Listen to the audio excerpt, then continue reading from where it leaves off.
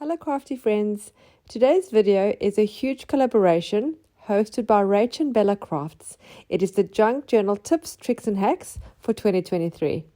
There are a heap of awesome content creators part of this collaboration, and I'll put a link to all the YouTube channels in the description box below. So my trick is to show you how to make different effects using one ink pad. We don't all have a lot of ink pads. Sometimes we may only have one color. They are pricey sometimes and our craft stash is small. So I want to show you different things you can create to get beautiful effects with just one ink pad.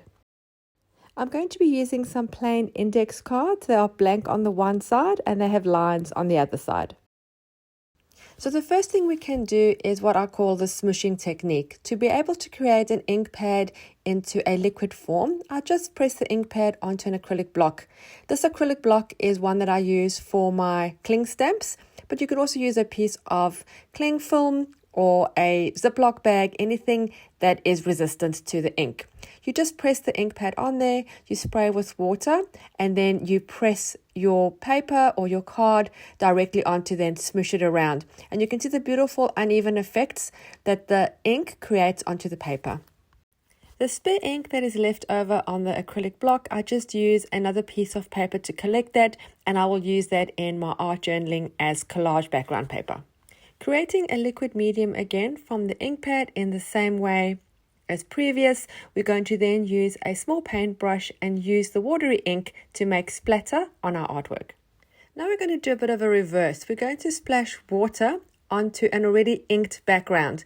We're going to leave that for a few seconds. This is an oxide ink I'm using, which reacts to the water, and it'll activate the ink underneath the water droplets. I will then use a tissue or a paper towel to press over it to pick up the moisture of the water, and you will see it'll have picked up some of the color and it creates a beautiful effect.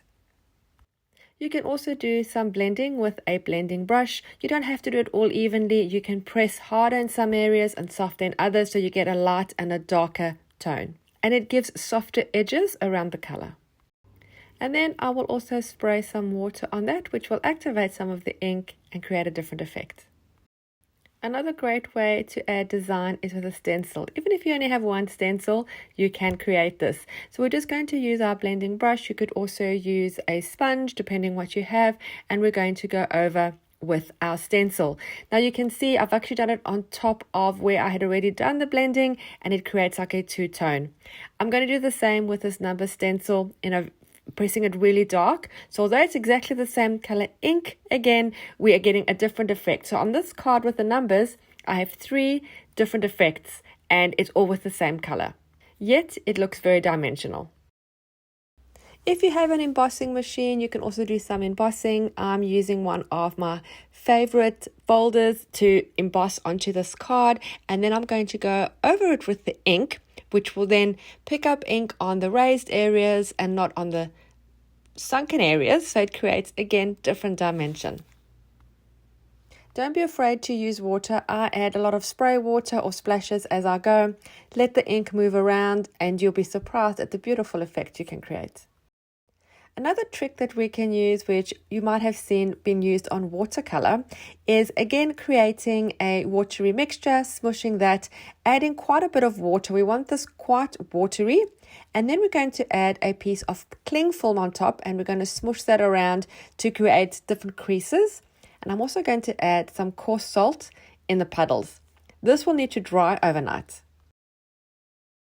In the meantime, we can also do some distress edging using our blending tool and going all the way around the card.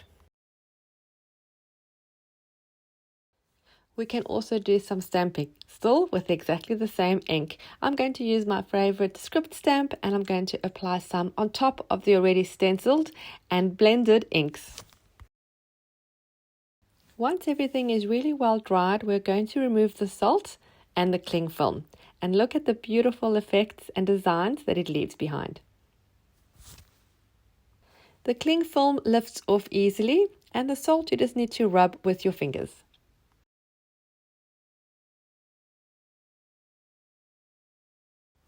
And I'll just put it closer to the camera so you can see what it has created. So I have shown you a few ways to use your ink pad to create multiple layers of dimension with just one color. This one has got 3 layers. I think it all looks very different, and you could easily do that with multiple colors, but we only have one ink pad, so we're going to use that. Like I said before, don't be afraid to use water. It does great things with ink and actually other kinds of color medium. And experiment yourself, try all different things, don't be afraid to make mistakes, and enjoy the crafting and experimenting. I really hope you enjoyed this video. I hope you're inspired to create your own. And don't forget to check out all the other content creators and all their tips, tricks, and hacks for 2023. Thanks so much for watching. Don't forget to subscribe, and I'll see you again soon. Bye.